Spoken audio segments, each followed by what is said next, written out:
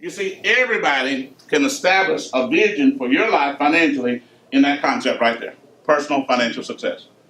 So you just put your numbers in there. Now you got a vision. Because what happens if people don't have a vision? Somebody tell me, what happens? No vision, no what? No goals. No goals, okay? People perish without a vision, am I correct? We got to have a vision, am I correct? Yes. Correct. If we don't know where we're going, we might end up where? Anywhere. Everybody got it? I mean, that's the bottom line, right? So we've got to get it established. You can't just say, I'm working, and everything's going to be all right. I mean, it's just going to work out. Because it might not, right? Unless we got to do something specific. Is that correct? Yeah. So you fit it right in there. See, everybody's numbers are different, but the concept's the same. The concept is universal. You see? So that's what we're building here in my econ. As a matter of fact, I was talking to somebody the other day, and many people said, man, the government really should help, people do this or help people do that. Well, the government in trouble too. They don't have any money. It's hard to get something out of an empty bucket, isn't it? All right. Now, so the concept is simple and straightforward. We've got to earn enough cash flow during our working years to support our lifestyle.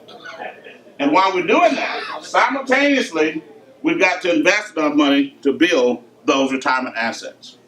Now see, here's the reality. Here's the solution, and here's the problem. That's the solution. The problem is, most of us grew up in households where we were only taught the first part. The conversations that you had with your parents, the vision that you had when you got out of high school, or got out of college, or started your first career, it was, for most people in America, it was earn enough cash flow during your working years to support your lifestyle.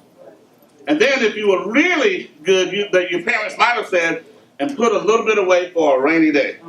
Right. But it wasn't about building retirement or building assets or investments or generational wealth. It wasn't any of that, was it? No, we just had to make a living, the bottom line. Right.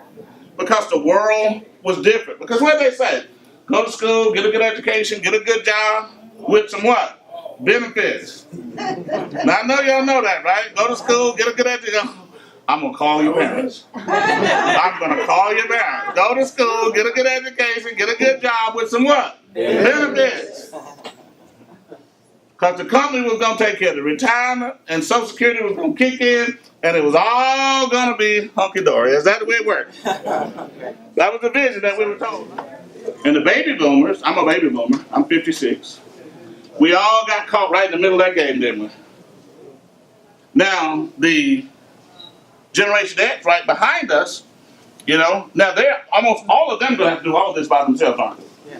Some baby boomers, you picked up part of this, okay? And some baby boomers got retirement. But the Generation X and then the millennials, they got to do it all. Am I correct? Right. So the concept, let's say it again, let's read it together. Earn enough income during our working years to support our lifestyle and simultaneously invest enough money to build adequate retirement assets. But there's a silver lining in anything. In anything. It doesn't matter how it looks, there's a silver lining. There's a silver lining in this. Let me give you an example. When you worked a job and you retired and you got a pension, when you died, the company kept the money. So your children had to start over from scratch all over again. But this way, now when you build the asset and you die, your children, your heirs, they'll get the inheritance. So you put $800,000, $500,000, whatever in your retirement account. You live on the interest, then you die. They get the $500,000, $800,000. They get it. See, that's the silver lining. So now we have moved to the first time in the history of this country where we truly are going to build wealth, and the wealth is going to be in the hands of the people rather than in the hands of institutions like the government or companies.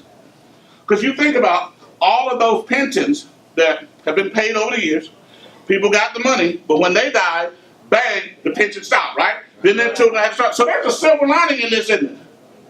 It's not all bad. We've been forced into getting wealthy. Isn't that something? That's amazing.